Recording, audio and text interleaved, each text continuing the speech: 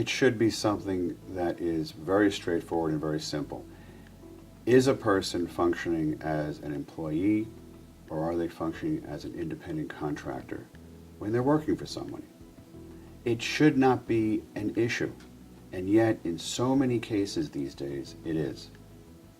And the reason for that, in some cases, is that the government has tried to raise revenue without raising taxes.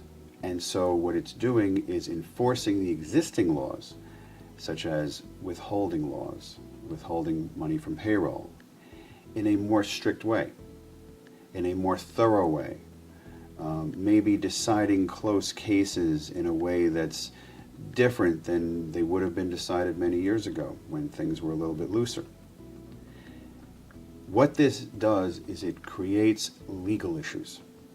And those legal issues are then adjudicated in courts, and many times are adjudicated or administered through the administrative process.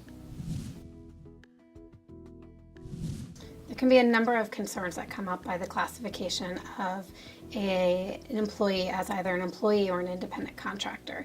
They are actually two distinct relationships for someone providing services to a company.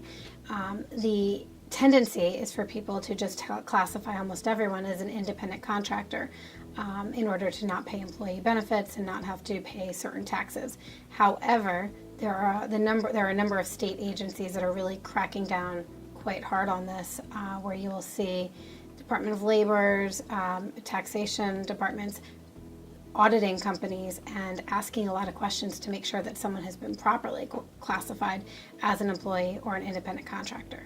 It's critical that there be some type of written document that articulates the precise services that need to be performed, the payment, if any, that would be rendered, and what needs to be accomplished in order for that payment to be earned. Unfortunately, the designation of an independent contractor agreement versus an employee agreement does not necessarily it will not necessarily be guiding to that government agency. So simply because you call the relationship an independent contractor relationship in the written document, that does not mean that the state will agree with you. They'll actually look at the various factors and variables to determine whether or not it is an independent contractor or an employee, regardless of what your contract is called. Our firm has been involved in handling those kinds of representation throughout the country. We've dealt with them at the investigatory stage, the audit stage, as well as when they become full-blown administrative hearings and ultimately are appealed to courts of law.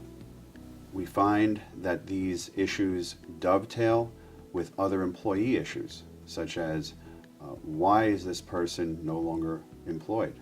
Or is this person no longer employed? What are the circumstances of the relationship? Is there a contract? Is there an employee manual? You have such things as Family Leave Act and other sorts of issues relating to someone taking time off from work, and how does that dovetail with the regulatory? All of those factors need to be balanced in such a way to get the right result.